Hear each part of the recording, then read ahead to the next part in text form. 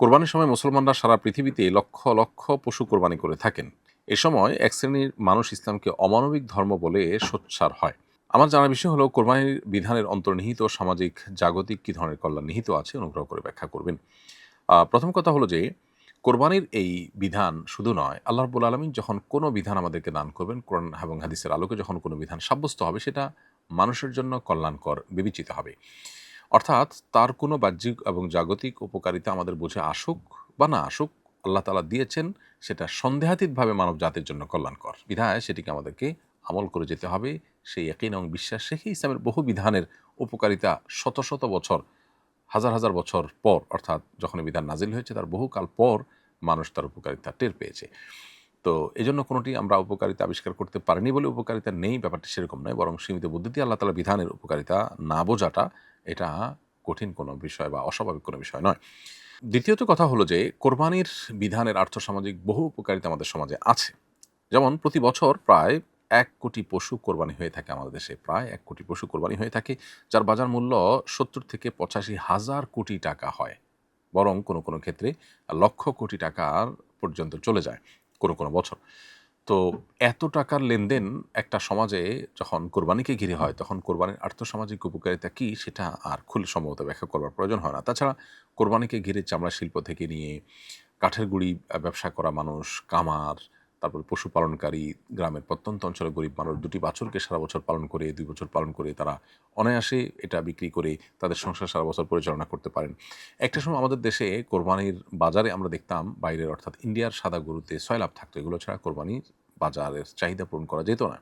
এখন আলহামদুলিল্লাহ গত বেশ অনেক বছর যাবৎ আমরা দেখতে পেয়েছি যে কোরবানির পশু, আ দেশি পশু দিয়ে কোরবানির চাহিদা পূরণ হচ্ছে এবং ইন্ডিয়ান পশু বাজারে সেরকম একটা দেখা যায় না।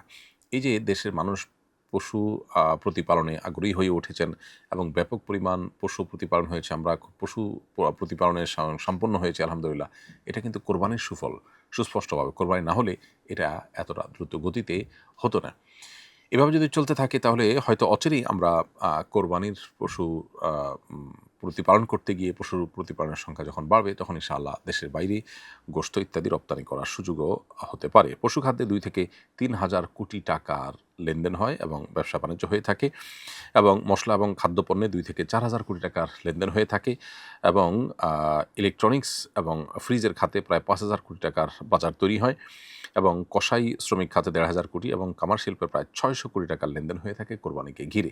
আরও কত মানুষের রুটি রিজিকের ব্যবস্থা যে কোরবানিকে ঘিরে হয় সেটা বলার অপেক্ষা রাখে না। বিধায় এরকম একটা উপকারী বিষয় যদি কেউ আ মানে ন্যূনতম বুঝে থাকেন, তাহলে তিনি কোরবানিকে ওয়েলকাম করা ছাড়া তার বিরোধিতা করা, তিনি অমুসলিম হলেও, ইসলাম প্রতি বিদ্বেষ থাকলেও বা নাস্তিক হলেও তার দ্বারা এটা সম্ভব হওয়ার কথা নয়। আমি গত হাটে কোরবানির পশু ক্রয় করেছিলাম। পছন্দ না হওয়ায় আবার বিক্রি করে দিয়েছি। এখন গরু নয়, ছাগল কিনতে চাচ্ছি, কোনো সমস্যা আছে কিনা? কোরবানির গরু কেনার পর সেটা কোরবানি করা উচিত, করতে পারলে ভালো হয়। যদি কোনো কারণে বিক্রি করতে হয়, যৌক্তিক কোনো কারণে, তাহলে সেটা জায়েজ আছে এবং সেটা বিক্রি করে অন্য কোনো পশু কেনাও যেতে পারে। ঈদের দিন দেখা যায় কোরবানি সম্পন্ন করার পর আমাদের সমাজে অনেক মানুষ বর্জ্য যথাযথভাবে পরিষ্কার করেন না। ফলে পরিবেশ দূষিত হয় এবং সাধারণ মানুষের কষ্টের কারণ হয়। এ বিষয়ে সকল মুসলমানদের উদ্দেশ্যে সচেতনতামূলক ও সতর্কতামূলক আহ্বান জানাবেন আশা করি। ধন্যবাদ প্রিয় দর্শক। খুবই গুরুত্বপূর্ণ একটি বিষয় আপনি আমাদের দৃষ্টিতে এনেছেন।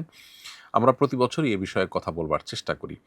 আমাদের কোরবানির পশুর বর্জ্য, রক্ত কোনো কিছু যেন কোনো পথচারীদের বা আশপাশে চলাচলকারীদের বা বসবাসকারীদের কোনোভাবে কষ্টের কারণ না হয়, অসুবিধার কারণ না হয়, বিষয়টি লক্ষ্য রাখা আমাদের কর্তব্যের অংশ।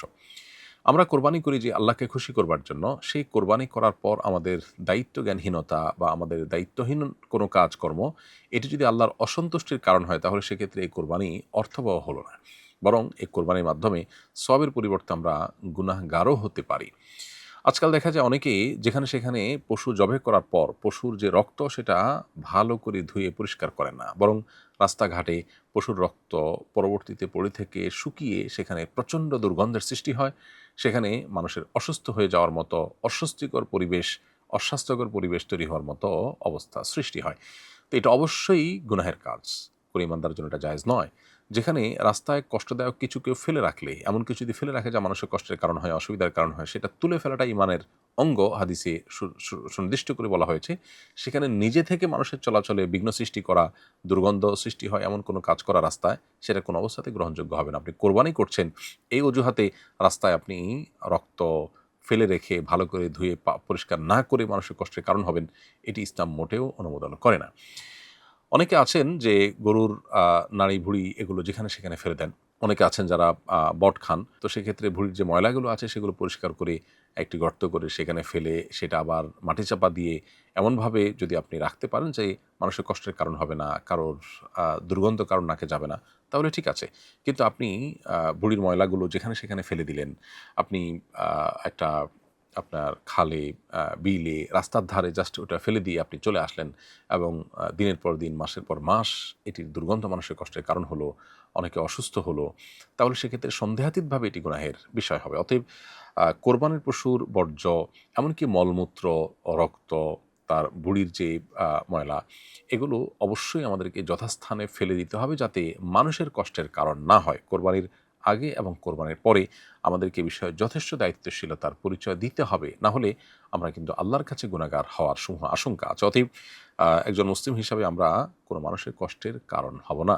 নবী করিম সাল্লাল্লাহু আলাইহি ওয়াসাল্লাম বলেছেন, আল মুসলিম মান সালিমাল মুসলিমুনা মিন লিসানিহি ওয়া ইয়াদিহি, যে মুসলমানের হাত এবং মুখ দ্বারা অন্য মুসলমান নিরাপদে থাকে, কারো কষ্টের কারণ না হয়, তিনি হলেন সত্যিকারের মুসলমান। অতএব আমাদের কোরবানির পশুর বর্জ্য, সেটা জবের আগে মলমূত্র হোক আর জবের পরে রক্ত বা অন্যান্য বর্জ্য হোক, এগুলোকে পরিষ্কার করা, যথাস্থানে ফেলা, এটি আমাদের নৈতিক এবং দ্বীনি দায়িত্ব, ইমানি দায়িত্ব। আমরা সেই দায়িত্বটাকে যথাযথভাবে পালন করার চেষ্টা করব। না হলে এই কোরবানি আমাদের অর্থহীন হতে পারে, বরং গুনাহের কারণও হতে পারে। আল্লাহ আমাদেরকে বোঝার তৌফিক দান করুন। ঈদের নামাজের আগে কোরবানির পশু জবাই করা যাবে কিনা? উত্তর হলো না, ঈদের নামাজের পর কোরবানির পশু জবাই করা যাবে। জবাই করলে তার কোরবানি সহিহ হিসাবে বিবেচিত হবে না, তবে সে পশুর গোশত খাওয়া যাবে, জাস্ট এটুকু। শহরের কোনো জায়গায় যদি নামাজ হয়ে যায়, তাহলে সেক্ষেত্রে ওই শহরে কোরবানি করলে সেটা বিশুদ্ধ হিসাবে বিবেচিত হবে। আর যদি কোথাও নামাজ না হয়, তার আগে কোরবানি হয়, তাহলে সেটা বিশুদ্ধ হবে না। আপনি যে এলাকায় গরু জবাই করছেন, ওই এলাকাতেই কোরবানি হতে নট নেসেসারি। তার আশপাশে, ওই একই শহরের আশপাশে অন্য কোথাও নামাজ হয়ে গেছে, তারপরে আপনি কোরবানি করলে সেটা বিশুদ্ধ হয়ে যাবে। মোস্তাকিম আহমেদ লিখেছেন, এহরাম অবস্থায় ঘুমানোর সময় চাদর দিয়ে পা ঢাকা যাবে কি না? উত্তর হলো হ্যাঁ, চাদর দিয়ে পা ঢাকলেন। এমনিতে মোজা পড়তে পারবেন না, কিন্তু এহরাম অবস্থায় ঘুমানোর সময় যদি পায়ের উপরে চাদর থাকে, তাহলে সেক্ষেত্রে সেটি এহরামের নিষিদ্ধ বিষয়ের অন্তর্ভুক্ত হবে না। গত পরশু কাজের প্রয়োজনে টাঙ্গাইল গিয়েছিলাম। সেখানে একটি গ্রামের রাস্তায় আনুমানিক ৩-৪ দিন বা ১ সপ্তাহ বয়সী একটি জীবিত নবজাতক শিশু পাই। খোঁজ নিয়ে জানতে পারি তাকে অবৈধ সন্তান মনে করে ফেলে রাখা হয়েছে। যারা সন্তান বা অবৈধ সন্তান প্রতিপালনের বিধান কি? এতে সওয়াব হবে নাকি গুনাহ হবে? সন্দেহাতীতভাবে গুনাহ হবে, এটি বলার অপেক্ষা রাখে না। সহিহ বুখারীতে বর্ণিত হয়েছে, নবী করিম সাল্লাল্লাহু আলাইহি ওয়াসাল্লাম বলেছেন, ফি কুল্লি কাবিদি রতবাতিন আজরুন।